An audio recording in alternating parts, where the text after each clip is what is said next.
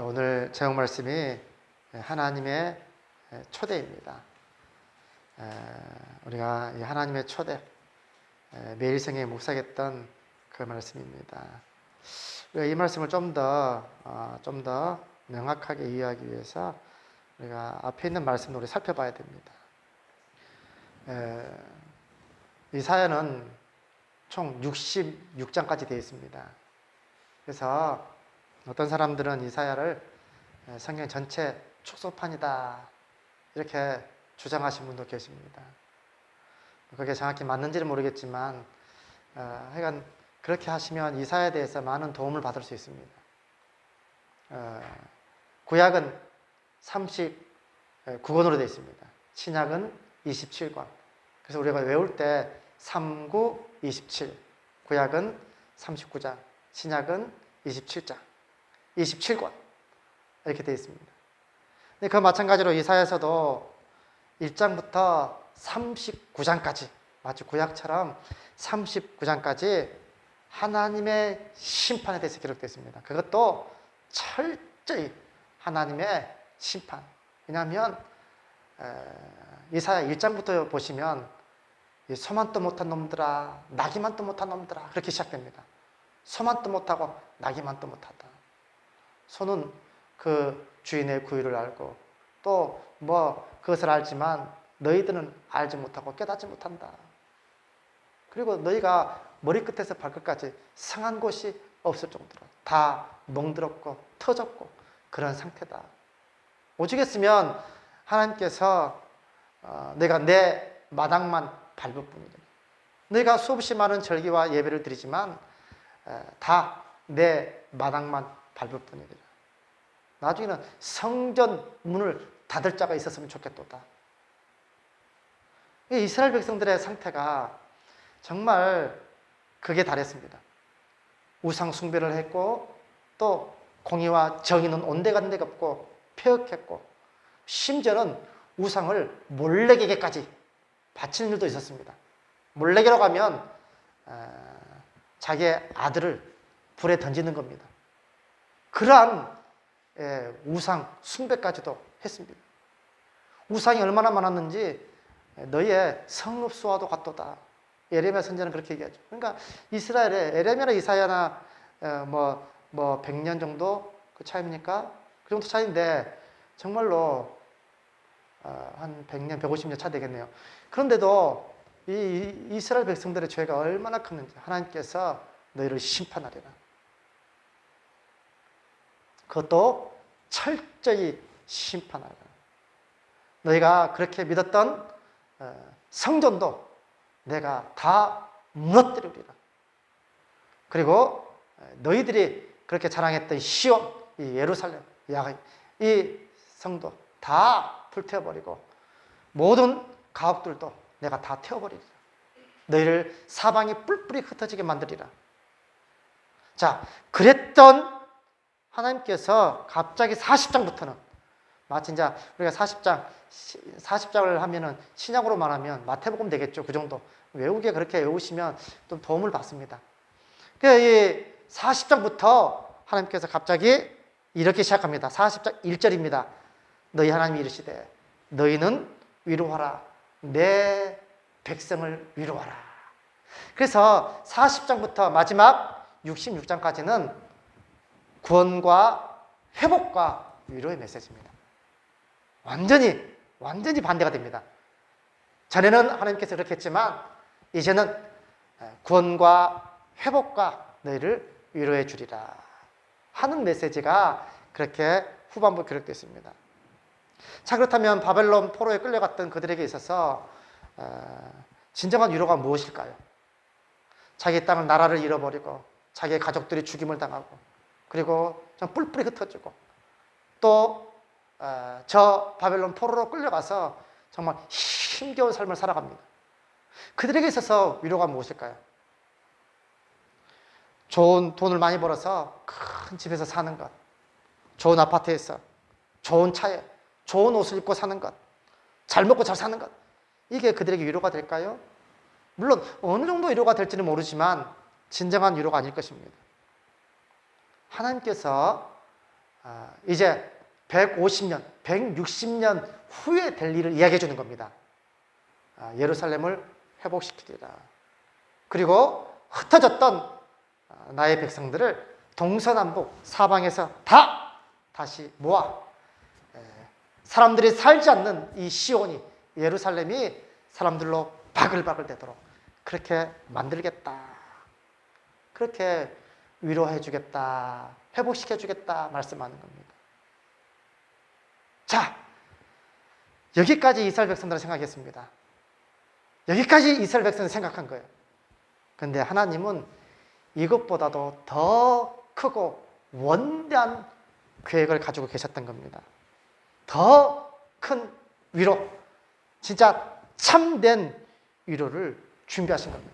그게 뭐냐면 나의 종 예수 그리스도를 통해서 온전한 구원, 회복, 위로해 주겠다 하시는 말씀이 이사야서 후반부에 기록되어 있습니다. 사실 이게 중요합니다. 단지 이스라엘 백성들만을 위한 하나님이 아닙니다. 하나님은 만민을 위한 하나님으로 또 구속주로 그렇게 말씀하고 있다는 겁니다. 그래서 이사야서가 정말 놀라운 말씀입니다. 후반부에 이방인들까지도 다 구원하고 회복시키자 이런 말씀들이 많이 기록됐습니다. 누구를 통해서? 나의 종 메시아 예수 그리스도를 통해서 참된 구원 그리고 참된 회복, 참된 위로를 주시겠다 약속하고 있는 겁니다. 그래서 우리가 간단히 살펴보면 그래요. 간단히 살펴보면 그렇습니다. 52장 봐보십시오. 52장 13절입니다. 이사야 52장 13절 말씀에 보라, 보라. 우리를 주목해 보라는 겁니다. 보라. 내 종이 형통하리니, 형통하게 된다는 겁니다. 받들어서 높이 들려서 지극히 존귀하게 되리라. 내 종이 형통하고 받들어서 높이 들리고 지극히 존귀하게 되리라. 자, 그런데 그 전에 어떠한 일이 있으나 이걸 주목해 봐야 돼요. 그 전에 뭐냐면 14절 말씀 보십시오. 이렇게 받들어서 높이 들려서 지극히 존귀하게 되리라. 그 전에 고난받는 종입니다. 그 전에 높이 들리기 전에서 신학적인 용어는 자기 비하입니다. 종이 어떻게 된가 보십시오.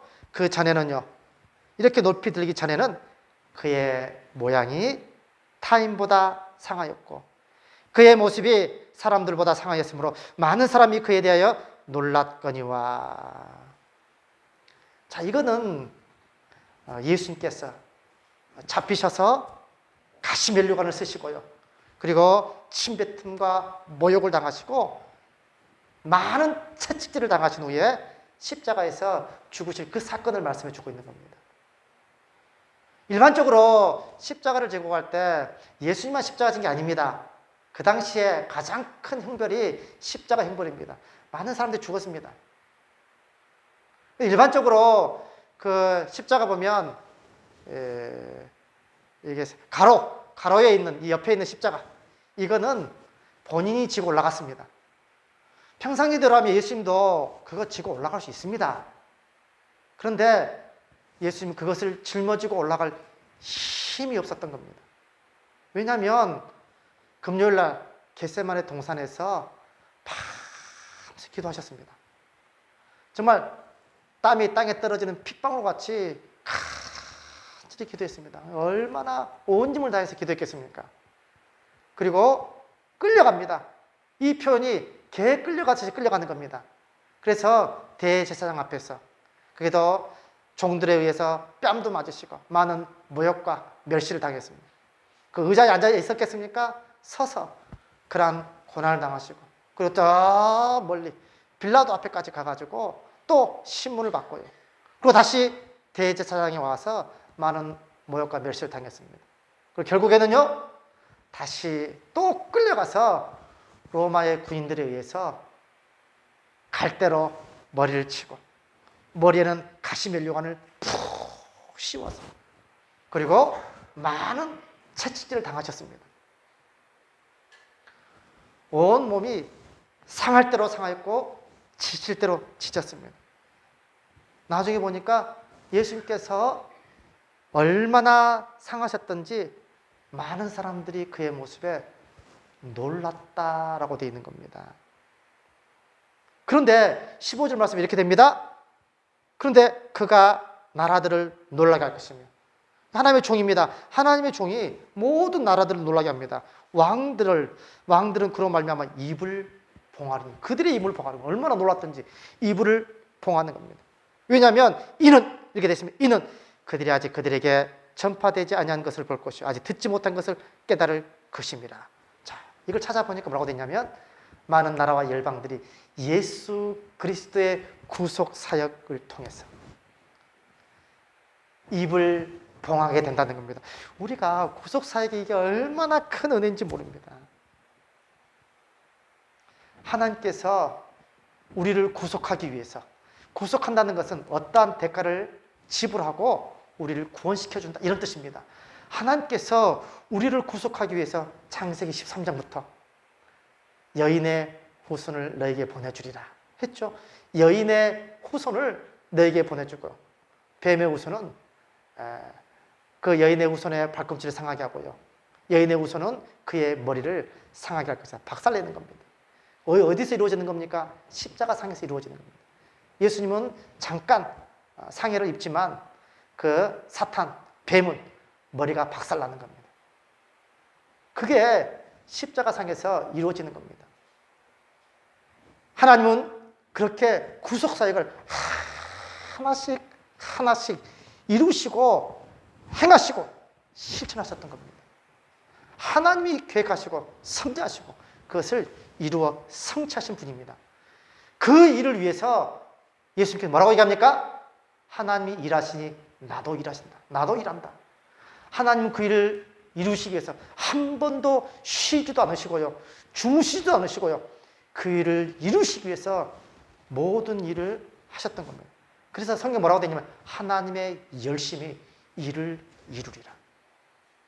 우리 한 사람 한 사람을 구원시키기 위해서 하나님은 그런 구속사역을 위해서 하나님의 열심으로 그 일을 이루셨던 겁니다. 결국에는 아들을 통해서요, 십자가에서 죽이심으로 이것을 완성하신 겁니다. 얼마나 놀라운 사람, 얼마나 놀라운 겁니까? 이것을 알았을 때는요, 입을 봉할 수밖에 없는 겁니다. 그 대표적인 사람이 누굽니까? 바울이었던 사울입니다. 당연히 나무에 달린 자마다 저주받았다 그랬어요. 율법에 보면 그렇게 되어 있습니다. 나무에 달린 자마다 저주받은 나니. 예수님께서 십자가의 나무에 매달렸기 때문에 저주받은 사람입니다. 당연하면 그거는 실제 팩트입니다. 예수님은 십자가에 나무에 달렸기 때문에 하나님의 저주받은 사람입니다. 그런데 누구 때문에 그런 겁니까? 바로 나 때문에, 우리 때문에 우리의 모든 죄를 짊어지시기 위해서 예수님께서 스스로 그렇게 저주받은 자가 된 겁니다. 얼마만큼 저주받았습니까? 한 사람의 죄짐이 얼마나 무겁습니까? 태어나서부터 죽을 때까지 얼마나 많은 죄를 짓습니까?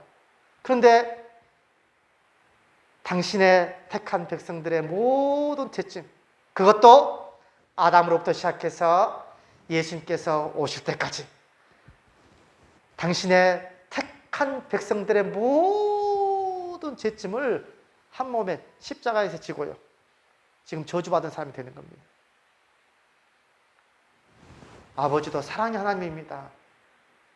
정말 사랑이 무궁하신 분입니다.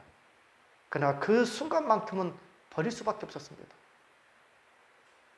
한 번도 우리 예수님은 아버지로부터 떨어져 본 적이 없습니다. 삼위일체의 하나님이십니다. 창세 전부터 늘 함께 하셨던 그 예수님, 그 버림받은 고통을 아십니까? 우리 죄 때문에, 우리 때문에, 바로 나 때문에 아버지로부터 극악 무도한 죄인이기에 버림받은 그 고통을 아십니까? 다른 거에 대해서는 예수님께서 말씀하지 않습니다. 그런데 오죽 했으면 엘리 엘리 라바 사박다니, 나의 하나님이여 나의 하나님이여 어찌하여 나를 버리셨습니까? 그렇게 부르짖으셨습니다. 그 십자가에 달린 순간만큼은 정말 이 세상에서 가장 극악무도한 죄인이 되신 겁니다. 이게 하나님의 구속사역이었습니다. 이 놀라운 그 구속사역 앞에 나중에 사울이 얼마나 이것을 깨달았을 때 얼마나 놀랐겠습니까? 정말 입을 봉할 수밖에 없는 겁니다. 내가 아무리 말하면 필요가 없습니다. 내 입을 갖다 봉할 수밖에 없습니다. 예수님께서 나 때문에, 내 죄 때문에 그렇게 모든 모욕과 멸시와 천대와 이러한 채찍질을 당하시고 결국에는 모든 피를 다 쏟으시고 죽으셨구나. 이것을 깨달았을 때 그 은혜가 얼마나 큰지. 사도 바울은 내가 이제부터는 내가 지금까지 배웠던 그 모든 학문들, 가말리엘 그 교법사면요, 그 시대 최고 랍비입니다. 배웠던 그 모든 것들을 자기는 배설물로 여기리라고요. 그리고 나는 십자가만 자랑하리라. 예수만 자랑하리라. 그 십자가의 사랑과 은혜가 얼마나 같은지 모릅니다. 그래서 53장부터 이 고난의 종을 설명하는 겁니다. 고난의 종을. 53장을 보셔야 됩니다. 우리가 전한 것을 누가 믿었느냐? 우리의 여호와의 팔 누구에 나타났느냐? 그는 여호와의 종입니다. 예수 그리스도를 나타냅니다. 그는 주 앞에서 자라나기를 순한 연한 순 같고, 이제 자라나는 연한 순한 있지 않습니까? 마른 땅에 나온 그 뿌리 같아서 고운 모양도 없고 풍채도 없은즉 우리가 보기에 흠모할 만한 아름다운 것이 하나도 없도다. 우리가 보기에 흠모할 만한 아름다운 것이 하나도 없습니까? 그는 멸시를 받아 사람들에게 버림받습니다. 그리고 많은 강고 겪습니다. 많은 고난을 겪습니다. 근데 문제는 뭡니까? 그렇게 멸시를 당하여도 우리가 그를 귀히 여기지 아니하였도다. 예수님께서 그런 많은 고난과 멸시를 당해도요, 그의 유대인들은요, 당연히 그를 귀히 여기지 아니하였도다. 그는 실로, 실제로, 진짜로입니다. 정말로 그는 실로 우리의 질고를 주고 우리의 슬픔을 당한 겁니다. 우리 때문에 이 고난을 당한 겁니다. 그런데 우리는 생각하기를, 유대인들은, 그의 백성들은 뭐라고 얘기냐면 그는 당연히 징벌을 받아 하나님께 맞고 고난을 당합니다. 당연하다. 나무에 달린 자마다 저주받았다. 그러니까 하나님이 저주를 받은 것이 당연하다 했던 겁니다. 그런데 그 누구 때문입니까?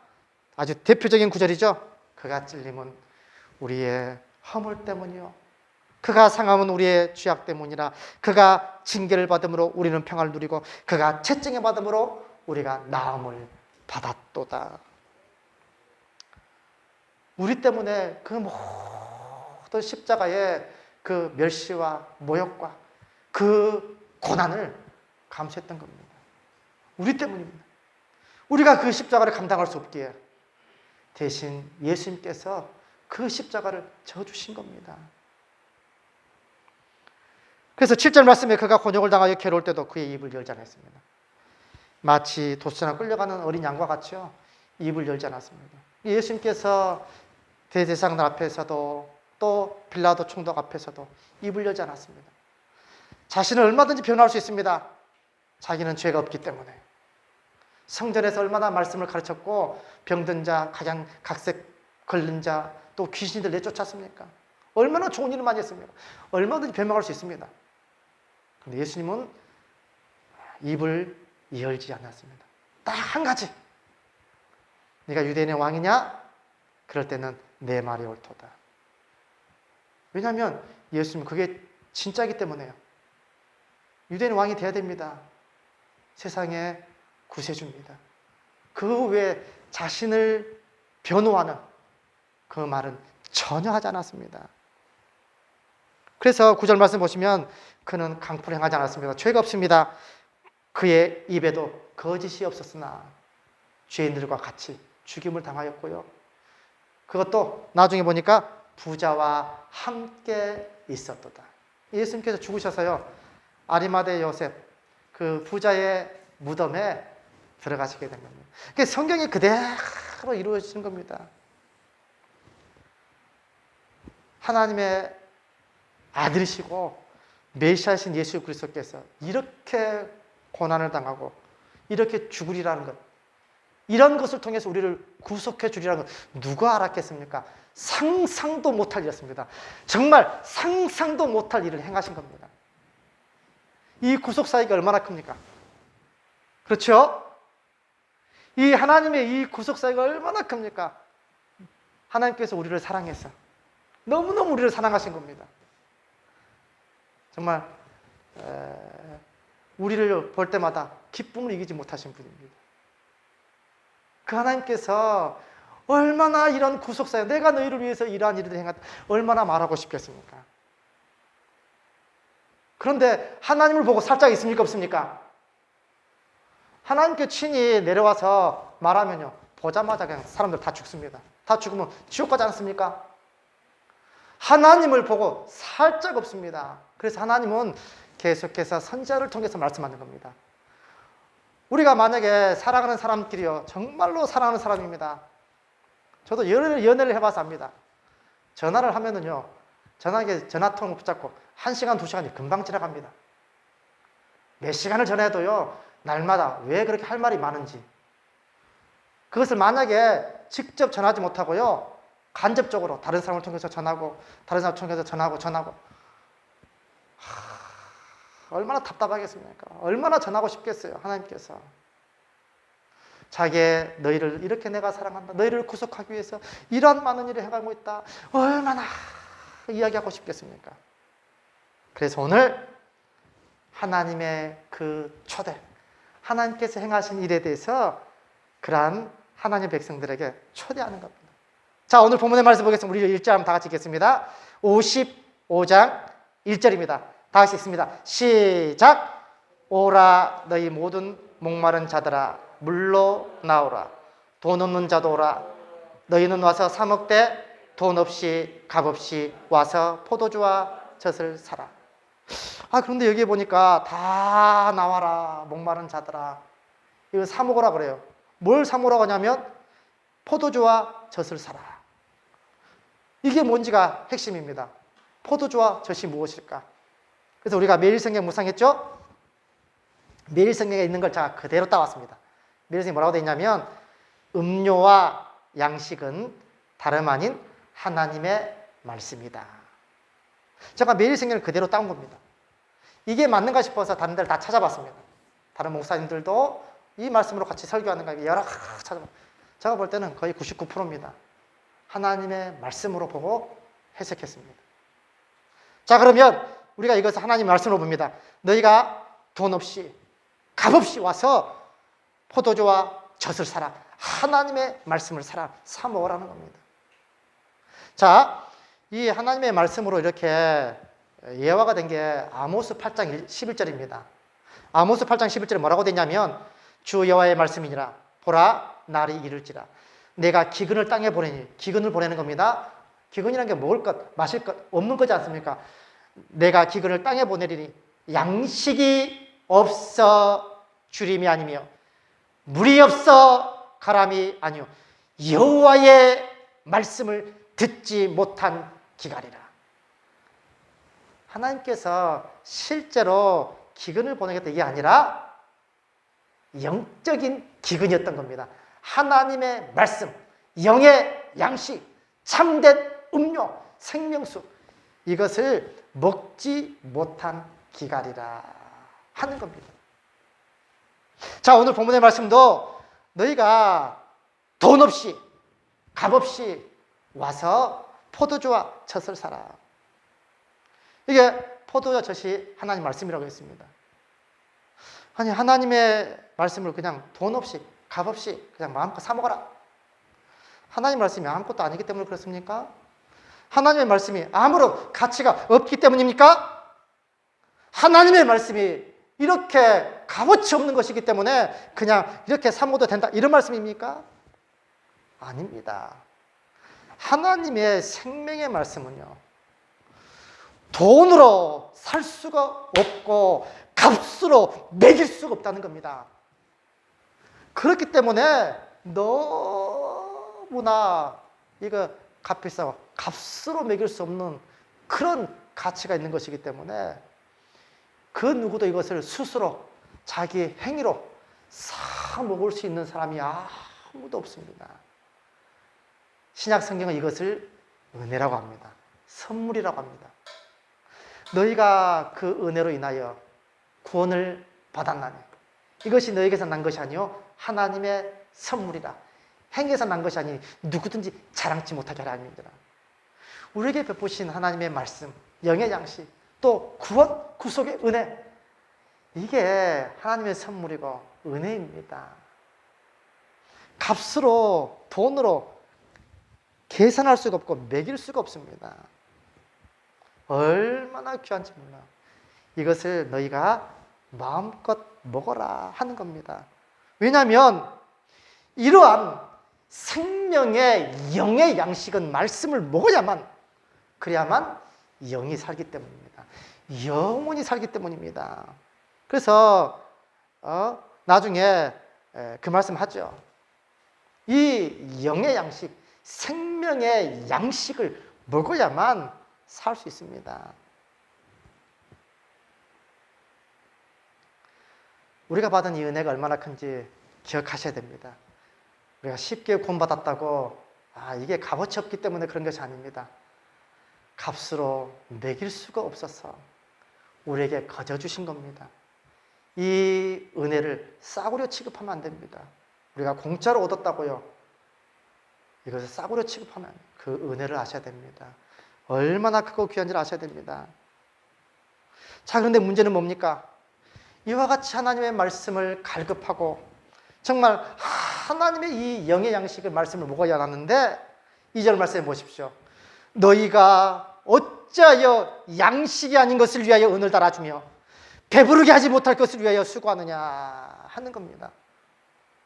문제는 이건 참된 영의 양식입니다. 참된 영의 양식이 아닌 것을 위해서 은을 달아주고 그냥 물질적인 것, 그것을 위해서 살아간다는 겁니다.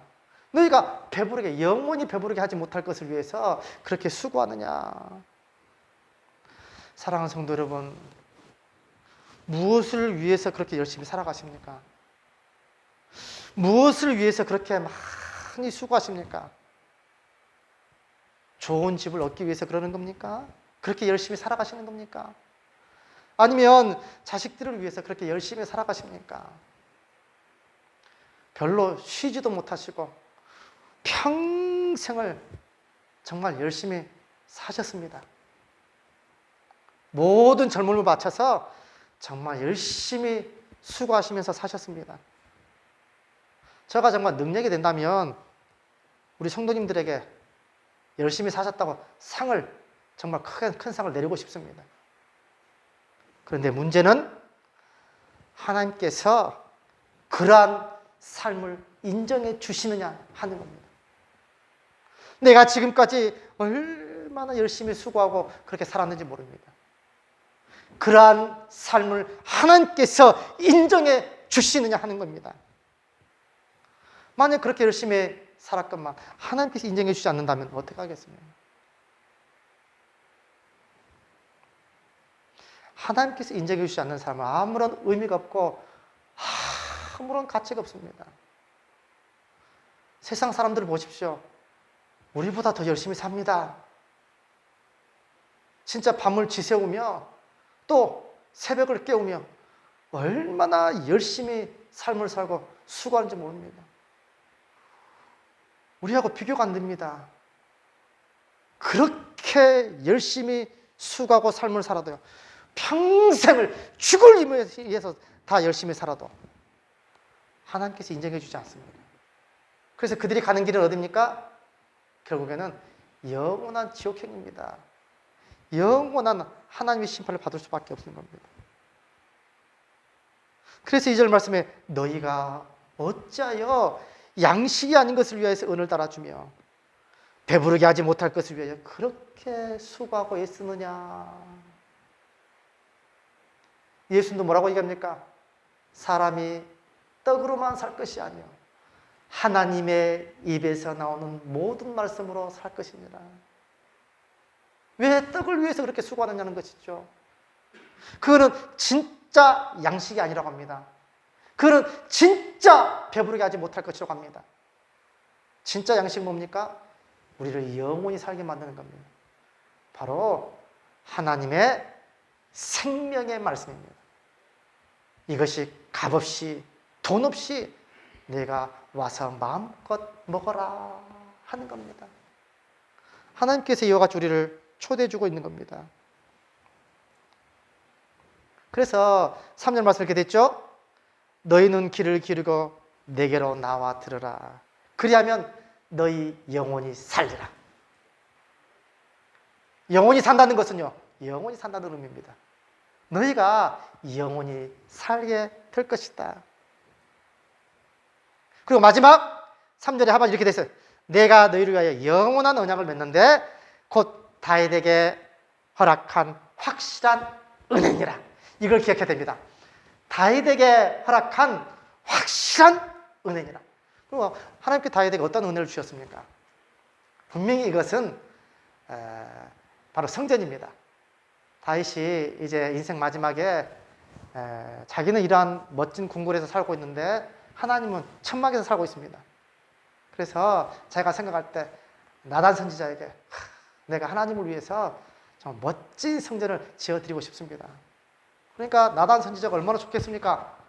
아이고 다윗 왕 임금님 너무 좋습니다. 그렇게 하십시오. 하나님께서 기뻐하실 겁니다. 축복해 주실 겁니다. 아마 그러지 않았겠습니까?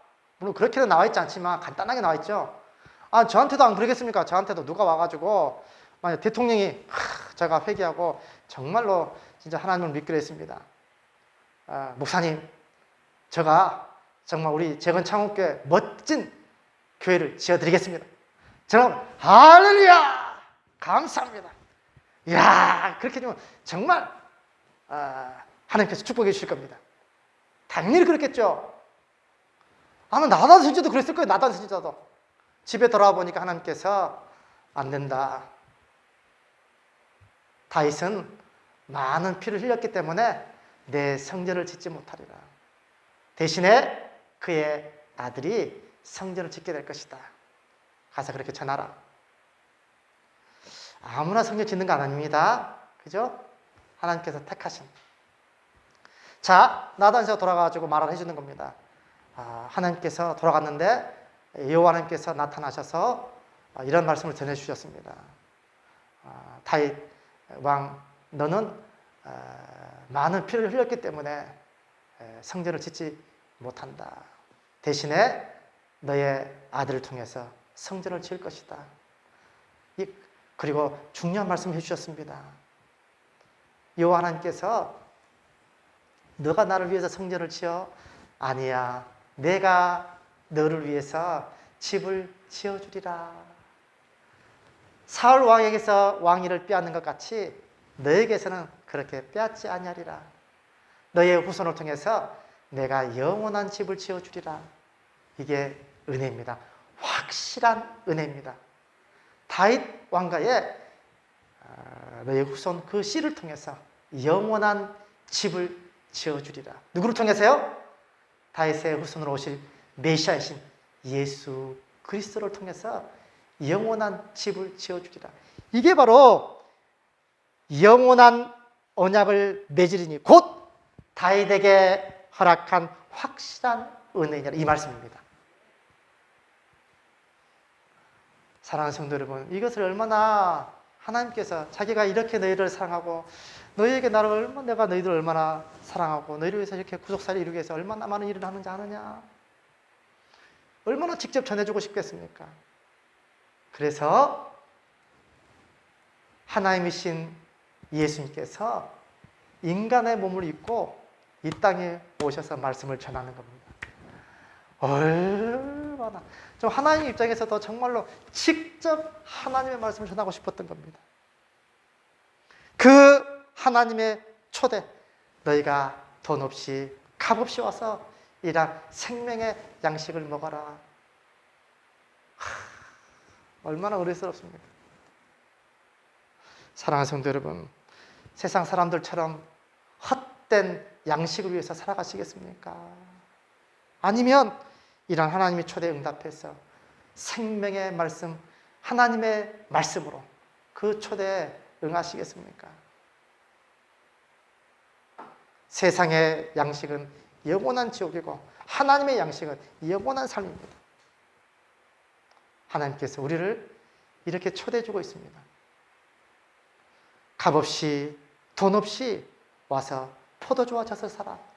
이것은 돈으로 먹일 수 없고 값으로 살 수 없는 너무나 귀한 그 하나님의 생명의 양식, 이것을 먹고 마심으로 하나님께서 우리에게 주시고자 하는 영원한 생명과 영원한 기업을 받아 누리시는 저와 우리 모든 성도님들 되시기를 주님의 이름으로 축원드립니다.